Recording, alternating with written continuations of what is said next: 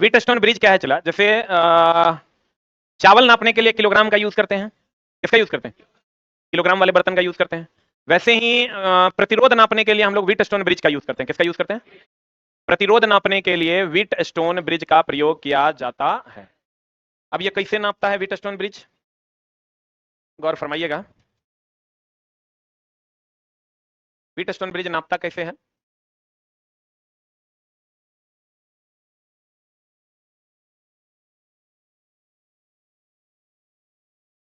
मान लो कोई एक अज्ञात प्रतिरोध है,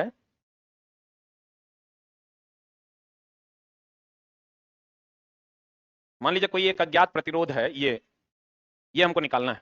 ये मान लीजिए ज्ञात है आपका P, ये Q, ये R, ये S आपको निकालना है। तो कहता है अगर इस तरीके से आप प्रतिरोध को जोड़ दीजिए, ऐसे पावर सोर्स से जोड़ दीजिए, बैटरी से, और एक गैल्वेनोमीटर इसके बीच में लगा दीजिए।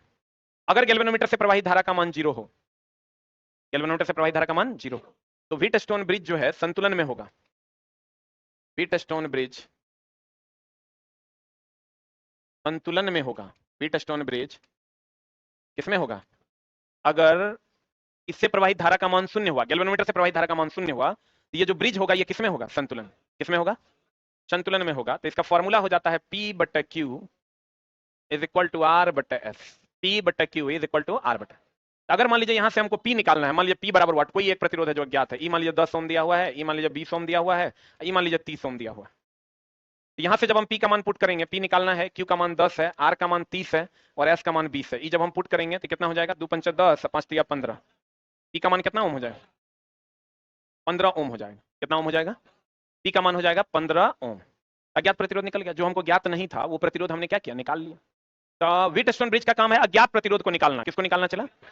अज्ञात प्रतिरोध को निकालना। इसका कंडीशन है कि अगर गैल्वेनोमीटर से प्रवाहित धारा का मान 0 होगा, अगर गैल्वेनोमीटर से प्रवाहित धारा का मान 0 होगा तो P/Q बराबर R/S होगा। या इसी को हम लोग लिख सकते हैं, इसको अगर आप ऐसे नहीं लिखिएगा तो इसको हम लोग ऐसे भी लिख सकते हैं, इसको हम ऐसे भी लिख सकते हैं P/R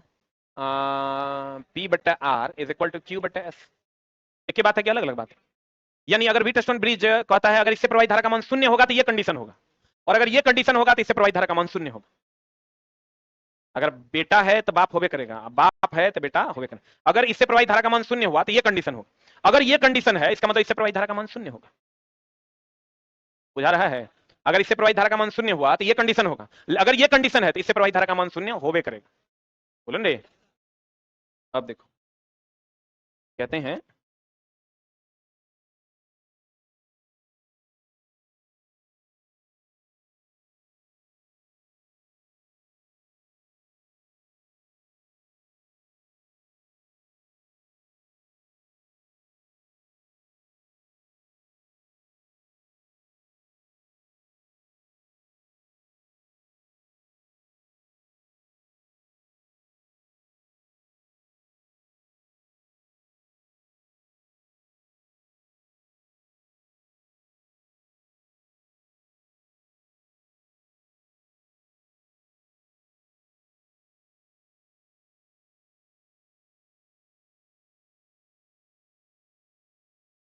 हेलो, गौर फरमाइएगा। चलो जी, हमने आपको क्या सिखाया आप समझने की चेष्टा कीजिएगा। व्हीटस्टोन ब्रिज का बैलेंसिंग कंडीशन है। बैलेंसिंग कंडीशन क्या है कि अगर ये बटा ये बराबर ये बटा ये होगा तो ये फॉल्स हो जाएगा।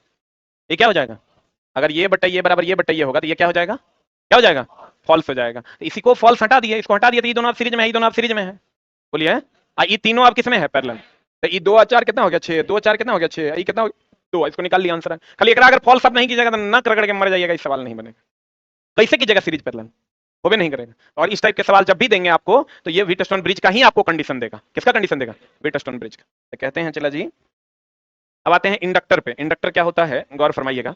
किसी भी तार को अगर आप कॉइल के रूप में लपेट देते हैं, जैसे कि यहां लपेटा हुआ है, ये देखिए, इस तार को कॉइल के रूप में लपेटा हुआ है, ये दिख रहा है? ऑनलाइन वालों आप लोग भी देख लीजिए। किसी भी तार को, ये कैमरा का प्रॉब्लम हो रहा है क्या रे? देखें, ये देखिए, ये जो सर्किट में ये रहता है, ये जो तार के रूप में लपेटा हुआ है, ये यही चला इंडक्टर है। ये क्या है? इंडक्टर कहते हैं। किसी भी तार को कॉइल के रूप में जब आप लपेट देते हैं तो वो इंडक्टर होता है। इंडक्टर का काम है ऊर्जा को स्टोर करना। इंडक्टर का काम क्या है? ऊर्जा को स्टोर करना। इंडक्टर का काम क्या है? ऊर्जा को क्या करना? स्टोर करना। इंडक्टर का काम क्या है? ऊर्जा को स्टोर करना। क्या काम है चला? इंडक्टर का काम है ऊर्जा को स्टोर करना, ऊर्जा को क्या करना, स्टोर करना। अब इंडक्टर है क्या चला जी, जब किसी तार को आप कॉइल के रूप में लपेट देते हैं तो वो इंडक्टर कहलाता है। क्या कहलाता है? और इंडक्टर ऊर्जा को स्टोर करता है। ऊर्जा को क्या करता है? स्टोर करता है। इंडक्टर ऊर्जा को क्या करता है? स्टोर करता है। इंडक्टर ऊर्जा को क्या करता है? स्टोर करता है। इसका काम है करंट को कंट्रोल करना। किसको कंट्रोल करना चला जी? इसका काम है करंट को क्या करना? कंट्रोल करना। ये करंट को क्या कर लेता है? कंट्रोल कर लेता है। ठीक है। आप मैडम कहाँ चले गए थे? नीचे बैठी हुई थी। वो क्लास थोड़ी आई क्लास, गलत सिनेमा हॉल में घुस गई थी आप। इधर आइए बैठिए। अरे बैठो इधर चलो। ये सब अभी पैसा देगा, नया नया है, तुम लोग पुराना हो गई है। चलो इधर चलो ना इधर। देखो, यह ऊर्जा को क्या करता है? चला स्टोर करता है और करंट को कंट्रोल करता है। करंट का अगर अप डाउन हो रहा है तो उसको कंट्रोल करने का एकमात्र डिवाइस अगर कुछ है तो वो क्या है? इंडक्टर। क्या है? इंडक्टर का काम क्या है? करंट को कंट्रोल करना। क्या करना? आई क्या है? जब तार को कॉइल के रूप में लपेट देते हैं तो उसी को हम लोग क्या कहते हैं? इंडक्टर कहते हैं। तो जैसे रेजिस्टेंस में सीरीज और पैरेलल होता है वैसे इसमें भी सीरीज और पैरेलल होता है। ठीक है। अब देखिए, इसका एसआई मात्रक हेनरी है। व्हाट इज एसआई मात्रक? एसआई मात्रक इज हेनरी। एसआई मात्रक क्या है चला जी? हेनरी। कहते हैं यह एक विद्युतीय अवयव है। जो रेजिस्टेंस, कैपेसिटर, ये सब में विद्युतीय अवयव है। कहता है जिसमें विद्युत धारा प्रवाहित करने पर यह चुंबकीय क्षेत्र के रूप में, यह चुंबकीय क्षेत्र के रूप में ऊर्जा को क्या करता है? स्टोर करता है। ऊर्जा को क्या करता है? भंडारित करता है। जैसे कभी चला स्विच ऑन ऑफ किए हैं, स्विच ऑन ऑफ किए होंगे तो स्पार्क मारता होगा, कभी ऐसा हुआ है? तो वो भी चला इंडक्टेंस के कारण ही होता है, प्रेरकत्व के कारण ही होता है। प्रेरक द्वारा चुंबकीय ऊर्जा का भंडारण की क्षमता को इसका प्रेरकत्व कहा जाता है। चुंबकीय ऊर्जा को ये कितना स्टोर कर सकता है, ये क्षमता इसका प्रेरकत्व कहलाता है। और इसका एसआई मात्रक वेरी वेरी इंपॉर्टेंट हेनरी है। हमको अगर कहेगा कि पूरा चैप्टर में ये बात आप बताइए जो एकदम पूछ सकता है तो हम कहेंगे प्रेरकत्व का एसआई मात्रक क्या? हेनरी। हाँ क्या? बीमा सूत्र सबका नहीं होता है।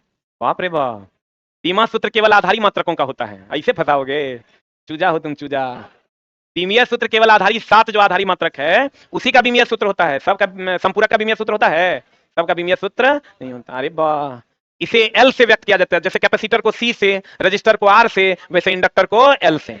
इसका सांकेतिक निरूपण यही ना है। जैसे कैपेसिटर का सांकेतिक निरूपण ऐसा है, रजिस्टर का सांकेतिक निरूपण ऐसा है, प्रेरकत्व का सांकेतिक निरूपण ऐसा है। बोलो हाँ या ना। अब चला इसका भी कॉम्बिनेशन है।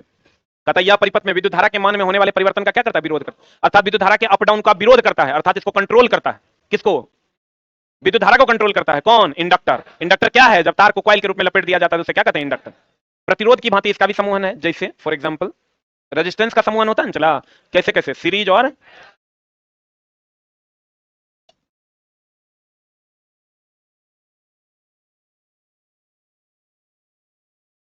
देखो बाबू, प्रतिरोध का समूहन दो प्रकार का,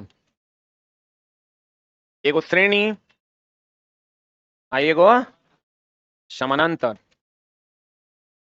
तो श्रेणी क्रम समूहन तुमको याद होगा दोस्त मेरे, ये R1 है और ये R2 है। तो R total is equal to R1 plus R2। बोलो, अगर समानांतर क्रम में होगा, ये R1 है और ये R2 है, तो 1/R total is equal to हो जाएगा 1/R1 प्लस 1/R2 होगा। यहां से R टोटल निकाल लेंगे तो आ जाएगा। बाबू नुनू, वैसे ही सेम टू सेम जैसे रेजिस्टेंस में होता है वैसे ही हम लोग इंडक्टर में कहते हैं, प्रेरक में करते हैं। प्रेरक में भी दो प्रकार का समूहन होता है, एगो श्रेणी क्रम समूहन और एक होता है समानांतर क्रम समूहन। श्रेणी क्रम समूहन में सीरीज में होता है, एगो ई हो गया इंडक्टर और एगो ई हो गया इंडक्टर। और समानांतर क्रम समूहन में समानांतर में होता है। किसमें होता है? समानांतर में होता है। ये हो गया L1, ये हो गया L2, ये हो गया L1, ये हो गया L2। तो L टोटल जो होगा L1 प्लस L2। यहां पर L टोटल होगा 1/L total is equal to 1/L1 plus 1/L2। याद है ना?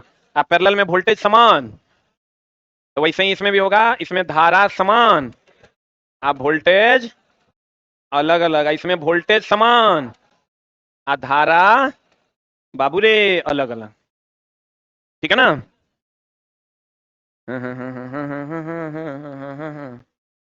इसमें करंट का मान समान है, वोल्टेज लिखना नहीं बाबू, नो नो, सब लिखल है, दिमाग में लिखना है। लिखल तो किताब में है ही है।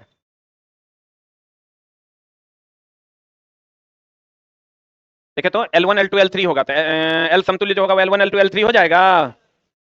और समानांतर में होगा तो क्या होगा? अगर समानांतर में दो को होगा तो L1 L2 बटा L1 प्लस L2 या 1/L1 प्लस 1/L2। बोलो रे, तीन को होगा तो 1/L1 plus 1/L2 plus 1/L3। समझ में आ रहा है? देखिए मेनली 3 इंस्ट्रूमेंट हम लोग इस चैप्टर में पढ़ने वाले हैं। एक पढ़ने वाले हैं कैपेसिटर, एक इंडक्टर और एक रजिस्टर। रजिस्टर जो विद्युत धारा का क्या करे, विरोध करे। इंडक्टर जो ऊर्जा को चुंबकीय क्षेत्र में स्टोर करे। इंडक्टर जो ऊर्जा को चुंबकीय क्षेत्र में क्या करे, स्टोर करे, उसे हम लोग क्या कहते हैं, इंडक्टर। क्या कहते हैं, इंडक्टर जो चुंबकीय क्षेत्र में ऊर्जा को क्या करता है, स्टोर करता है, उसको क्या कहते हैं, इंडक्टर। क्या कहते हैं। एक होता है कैपेसिटर जो आवेश को स्टोर करता है। किसको स्टोर करता है, तो ये हमेशा ध्यान रखिएगा कि रजिस्टर जो है ये एसी डीसी दोनों के लिए है। कैपेसिटर और इंडक्टर जो है ये केवल एसी के लिए होता है। कैपेसिटर और इंडक्टर केवल किसके लिए, एसी के लिए। एसी समझते हैं ना हो, अल्टरनेटिंग करंट, और डीसी बोले तो डायरेक्ट। घर में एसी है कि डीसी, बहुत बढ़िया बात। संधारित्र व प्रेरक सामान्यतः एसी परिपथ में ही प्रयुक्त होते हैं, जबकि प्रतिरोध एसी डीसी दोनों में प्रयुक्त होता है। अब चला शुद्ध प्रेरकत्व का औसत ऊर्जा खपत कितना होता है, 0। लेकिन ये अभी आपको समझ में नहीं आएगा, हम अल्टरनेटिंग करंट पॉलीफेज सिस्टम पढ़ाएंगे तो वहां बताएंगे इसका पावर फैक्टर क्या होता है, इसका प्रेरकत्व कितना होता है, लॉसेस केवल रेजिस्टेंस में ही क्यों होता है, तो सबकी जानकारी हम लोग आगे लेंगे। यदि कुंडलियों में लपेटों की संख्या दुगुनी कर दी जाए तो प्रेरकत्व का मान कितना गुना हो जाए। ये जो क्वाइल हम लेते हैं इसका लपेटा अभी 4 गो है, अगर हम लोग 8 गो कर देंगे तो प्रेरकत्व का काम जो है ये 4 है, इसका स्क्वायर हो जाएगा। इसका क्या हो जाएगा, स्क्वायर हो जाएगा। नहीं समझे, ये अगर 4 गो है तो 4 गो है तो 4 चौका 16, और 4 गो और बढ़ा देंगे तो 8 8 64, एक स्क्वायर ना होगा। क्या करो, यदि कुंडली में लपेटों की संख्या दुगुनी कर दी जाए तो एक 2 गुना करोगे तो ये स्क्वायर है तो 4 गुना हो जाएगा। प्रेरकत्व कितना गुना हो जाएगा, 4 गुना। अब आते हैं चला पावर पे। पावर मेनली यहां हम लोग डीसी का पावर पढ़ने वाले हैं, आगे जाएंगे तो एसी का पावर फिर अलग है, उस पर हम लोग चर्चा करेंगे अगले चैप्टर में। डीसी का जो पावर होता है, शक्ति, कार्य करने की दर को शक्ति ने कहते हैं, कार्य करने की क्षमता को। वाह, इतना बढ़िया चला तुम लोग का तैयारी हो रहा है, तुमको पता नहीं चलेगा, जाओगे एग्जाम हॉल में नौकरी हो जाएगा। एक मजाक में नहीं लेना, तुम लोग मजाक में ले रहा होगा। तुम जिस एनवायरमेंट में पल रहे हो, बाहुबली का जन्म यहीं से होता है, ठीक ना, इसी एनवायरमेंट। लेकिन अब तुम इस एनवायरमेंट का लाभ उठा रहे हो कि नहीं तो तुम्हारी मान जानता होगा, लेकिन हमको लग रहा है कि उठा रहे हो। जैसे चला हम बोले कार्य करने की क्षमता को ऊर्जा कहते हैं, कार्य करने की दर को शक्ति कहते हैं, इसका मतलब तुम वहां भी इन्वॉल्व है और यहाँ भी इन्वॉल्व है। तो धीरे धीरे इसका फायदा तुमको अपने ही अंदर अपने लग रहा होगा कि बहुत चीज हम जानने लगे। धीरे धीरे धीरे धीरे आप में इंप्रूवमेंट होता चला जाएगा। और पढ़ाई चला ऐसा तो है नहीं कि किसी का तुम कोर्स खरीद लोगे तो चीज समझ में, हमारा कोर्स खरीद लिया तुम 5,000 टका दे दिया तो हमारा सब चीज तो आ जाएगा, कभी नहीं। ऐसा हो जाता तो बाप रे ढेरी इसके पैदा ले लेता, नहीं ले लेता, हमारा धंधा पानी बंद करते करते धतर पत्थर हो जाता।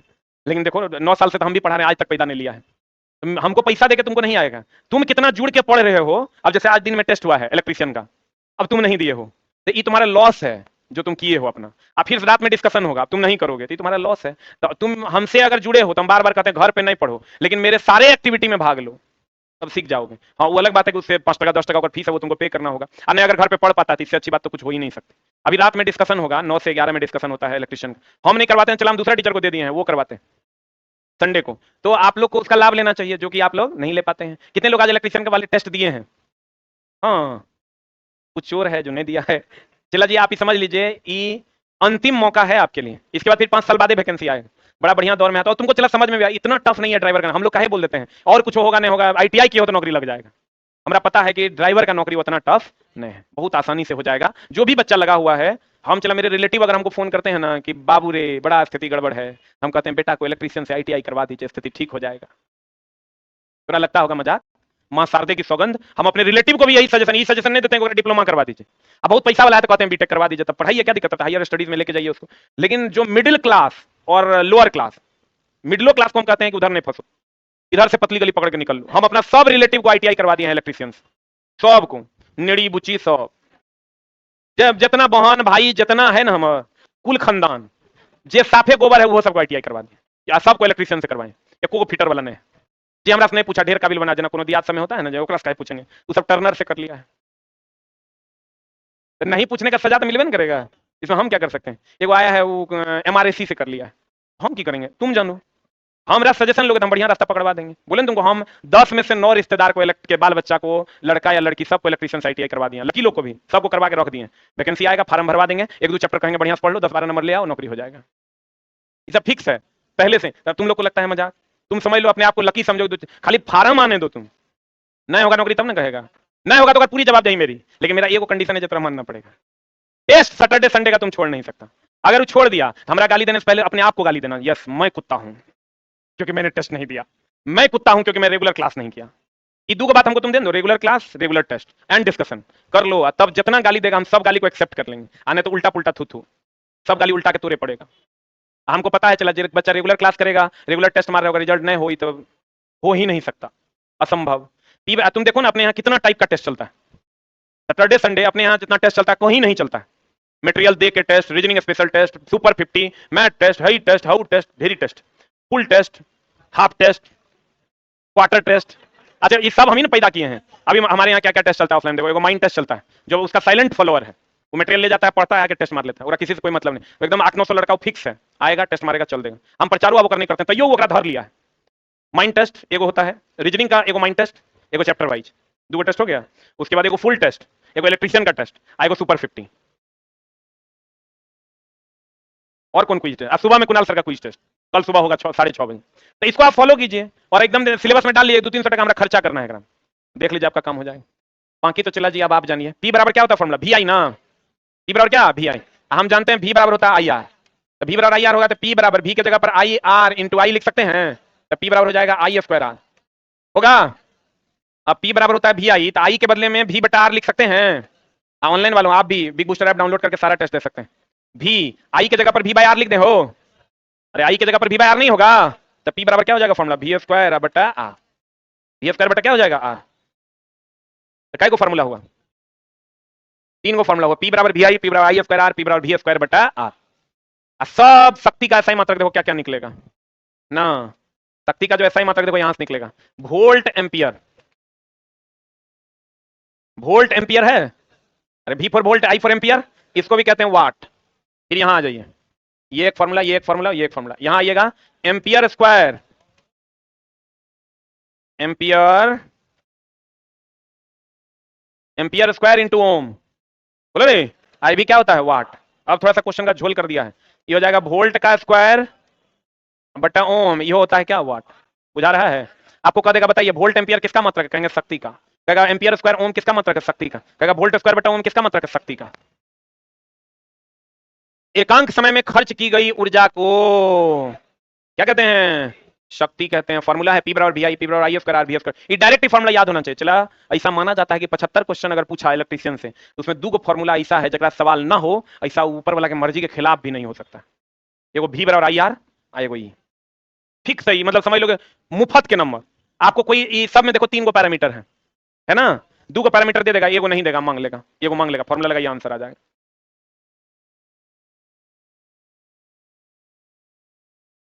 फॉर्मूला लगाइए आंसर आ जाएगा। पी बराबर क्या होता है वी आई, पी बराबर आई स्क्वायर आर, पी बराबर वी स्क्वायर, बोलेंगे पी बराबर, ये तीनों फॉर्मूला आपको याद रखना, पी बराबर वी आई, पी बराबर वी स्क्वायर आर, पी बराबर आई स्क्वायर आर, बोलेंगे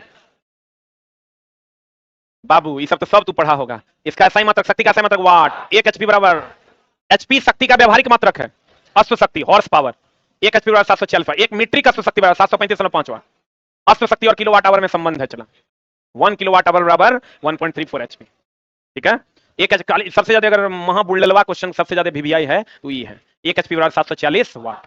शक्ति का सही मात्रक क्या है वाट, शक्ति का सही मात्रक वोल्टो एम्पियर है, बोलेंगे सबका फॉर्मूला जो है ना चला वो कर, जैसे देखो आपको कह देगा वोल्ट एम्पियर, ये भी शक्ति का मात्रक है, ampere square ohm, volt square by ohm, ये भी शक्ति का मात्रक है। जैसे चला जी हम लोग कहते हैं Q बराबर IT, कहते हैं ना, सीख लीजिए, ये हो जाता है एम्पियर सेकंड, एम्पियर सेकंड ही कूलम्ब है। अगर तुमको कह दे आवेश का एसआई मात्रक एम्पियर सेकंड ही भी सही है, बोलेंगे आवेश का एसआई मात्रक एम्पियर सेकंड ही सही है, बोलवे नहीं करेगा। और एम्पियर का आवेश का एसआई मात्रक कूलम्ब भी सही है, बोलवे नहीं करेगा। आवेश का एसआई मात्रक एम्पियर सेकंड भी सही है और आवेश का एसआई मात्रक कूलम्ब भी सही है, बोलो। धारिता क्या है चला, धारिता बाबू नुनु शुगा। धारिता क्या है, धारण करने की क्षमता। जैसे मेरी धारिता है कि हम 200 रसगुल्ला 5 किलो मटन खा सकते हैं, नहीं खा सकते हैं, 200 रसगुल्ला 3 किलो मटन तो नॉर्मल बात है। मान लो मेरी ये धारिता है, मेरी ये कैपेसिटी है। कोई ऐसा है 2 रसगुल्ला 2 पीस मटन, लोग ऐसे भी खाते हैं। तो सबकी अपनी अपनी धारण करने की क्षमता है, बोलो ना, सबकी अपनी अपनी धारण करने की क्षमता।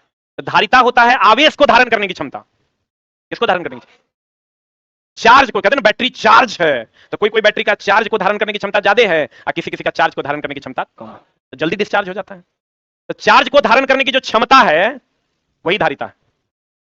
जितना ज्यादा चार्ज धारण करेगा वोल्टेज उतना ज्यादा की कम, बैटरी जितना ज्यादा चार्ज होगा वोल्टेज उतना ज्यादा। अर्थात Q समानुपाती होता है, आवेश समानुपाती होता है वोल्टेज। जितना ज्यादा आवेश जमा होगा वोल्टेज उतना ज्यादा। तो Q बराबर, समानुपाती का चिन्ह हटा देंगे तो एक कांस्टेंट आता है C भी। Q तो आवेश है, V वोल्टेज है, C धारिता है। C क्या है? धारिता है। तो C बराबर हो जाएगा Q आ बटा V। तो ये हो जाएगा कूलम्ब आ बटा वोल्ट। तो कूलम्ब पर वोल्ट हो जाएगा, कूलम्ब पर वोल्ट।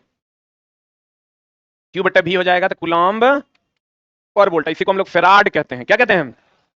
तो यानी धारिता का एसआई मात्रक फेराड है। क्या है? इसको एफ से डिनोट करते हैं। और इसका व्यावहारिक मात्रक है माइक्रोफेराड। जैसे दूरी का एसआई मात्रक मीटर है, और जबकि उसका व्यावहारिक मात्रक किलोमीटर है। क्या है? जैसे शक्ति का एसआई मात्रक वाट है, जबकि उसका व्यावहारिक मात्रक हॉर्स पावर है, एचपी है। बोलन रे। तो कहते हैं आवेश का एसआई मात्रक जो है, धारिता का एसआई मात्रक फेराड है, जबकि इसका व्यावहारिक मात्रक माइक्रोफेराड है। कितना फेराड है? 1 माइक्रोफेराड इज इक्वल टू होता है 10 to the power -6 farad. 1 microfarad is equal to 10 to the power -6 farad. और धारिता धारण करने की, मेरी धारण करने की क्षमता का कोई दिशा है क्या कि पूरब में धारण करेंगे कि पश्चिम में? धारिता का कोई दिशा नहीं होता, इसलिए ये कौन राशि है? अदिश। हमने कहा जितना ज्यादा आवेश होगा उतना ज्यादा वोल्टेज होगा, जितना ज्यादा आवेश होगा उतना ज्यादा वोल्टेज होगा। बोलन रे। किसी चालक की धारिता, उस चालक में विभव को एकांक से बढ़ाने के लिए आवश्यक आवेश की क्या है? मात्रा। विभव को बढ़ाने के लिए आवश्यक आवेश की मात्रा। यदि किसी चालक को Q आवेश देने पर उसका वोल्टेज भी बढ़ता है, अगर Q आवेश देंगे तो वोल्टेज बढ़ेगा ना, तो Q समानुपाती किसके होगा? V। Q बराबर क्या हो जाएगा? C। C क्या है? जिसे चालक की क्या कहते हैं? धारिता। C बराबर Q बाई V हो जाएगा। सबकी धारण करने की क्षमता अलग अलग है। ये थोड़ा ज्यादा पिएगा, ये कम में लुढ़क जाएगी। इसका ऐसा ही मतलब कूलम्ब पर वोल्ट, क्योंकि C बराबर Q बाई V ना, तो कूलम्ब पर वोल्ट होता है। और यह अदिश राशि है कि सदिश? इसका व्यावहारिक मात्रक माइक्रोफेराड। 1 माइक्रोफेराड बराबर 1 फेराड बराबर 96,500। 1 फेराड बराबर 96,500 कूलम्ब। 1 फेराड बराबर कितना कूलम्ब? 96,500। फिर से समझ लो, कहते हैं आवेश को धारण करने की जो क्षमता होती है वही क्या कहलाती है? धारिता। तो Q समानुपाती किसके? V के। डायरेक्ट याद रखो, Q बराबर C भी, C बराबर Q बाई V, Q बराबर V C भी, और C बराबर Q बाई V। C बराबर क्या? डायरेक्ट फॉर्मूला याद रखना, वो डिफिनेशन नहीं याद रखना। C बराबर क्या याद रखना? Q by. इसका ऐसा ही मात्रक क्या हो जाएगा? फेराड। इसका व्यावहारिक मात्रक माइक्रोफेराड। 1 माइक्रोफेराड बराबर 10⁻6 farad. 1 microfarad is equal to 10 to the power -6 farad. 1 microfarad is equal to 10 to the power -6 farad. Clear है? Any doubt? धारिता सदिश की अदिश। धारिता क्या है? धारण करने की क्षमता। धारिता क्या है? चला, धारण करने की क्षमता। कार्य करने की दर को क्या कहते हैं? शक्ति। शक्ति का 3 को फॉर्मूला, P बराबर VI I square R V square. आप बताओ, क्या इंडक्टर और कैपेसिटर AC के साथ, जबकि रजिस्टर AC DC दोनों के साथ। जैसे हम लोग रजिस्टर का श्रेणी समानांतर करते हैं, वैसे ही हम लोग इंडक्टर का श्रेणी समानांतर करते हैं। बोलन रे। जैसे हम लोग किसका करते हैं श्रेणी समानांतर? रजिस्टर का, वैसे ही किसका करते हैं? इंडक्टर का। इंडक्टर क्या है? चुंबकीय क्षेत्र में ऊर्जा को स्टोर करता है। क्या करता है? और यह करंट को कंट्रोल करता है, करंट के मान में होने वाले बदलाव को क्या करता है? कंट्रोल करता है। इंडक्टर का ऐसा मात्रक हेनरी है। जब तार को कॉइल के रूप में लपेट दिया जाता है तो उसे हम इंडक्टर कहते हैं। क्या कहते हैं? जब तार को कॉइल के रूप में लपेटते हैं तो उसको इंडक्टर। या चुंबकीय क्षेत्र में ऊर्जा को क्या करता है? स्टोर करता है। क्लियर? Any doubt? क्लियर है? पक्का? बाबू नुनू शुगा।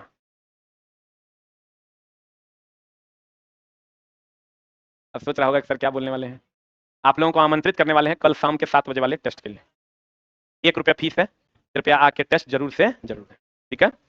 और चला, अगर कोई बच्चा कंप्यूटर का नॉलेज हो और पार्ट टाइम जॉब खोज रहा हो, अभी मेरे पास 1-2 सीट वैकेंट है, लेकिन कंडीशन जो बोल रहे हैं वो होगा तभी मेरे पास आना, नहीं तो लौटा देंगे। एगो कंप्यूटर का नॉलेज खाली होना चाहिए, सब्जेक्ट का नॉलेज तो तुमको है ही है, कंप्यूटर का थोड़ा बहुत ज्ञान होना चाहिए। माउस कैसे चलता है, ABCD टाइप हो पाए, थोड़ा बहुत नॉर्मल बेसिक, और जॉब की जरूरत हो, क्योंकि अभी तो तुरा लग जाएगा ओह कर लेंगे, लेकिन जब करने लगोगे तो फट जाएगा, क्योंकि 5 घंटा काम करना पड़ेगा। अगर तुम्हारे पास टाइम है और लगता है कि हमको करना है, तो 4 से 5 घंटे की ड्यूटी होगी और उतना पैसा मिलेगा जिससे तुम रह खा पाओगे। चाहे घंटा उतना 1000। छुट्टी एको दिन नहीं होगा, संडे टू संडे का जॉब है। ठीक है? अपने टाइम में आना होगा, ड्यूटी करके। यही प्राइवेट नौकरी है, क्या करोगे? हम क्या कर सकते हैं? चला, हम भी तो चाहेंगे ना कि मेरा पैसा बचे। प्राइवेट यही नौकरी है, इसीलिए कहते हैं डरो। 5 घंटा मतलब 5,000। आप वो भी देख लेंगे, 5 घंटा का 4,000 हम देते हैं।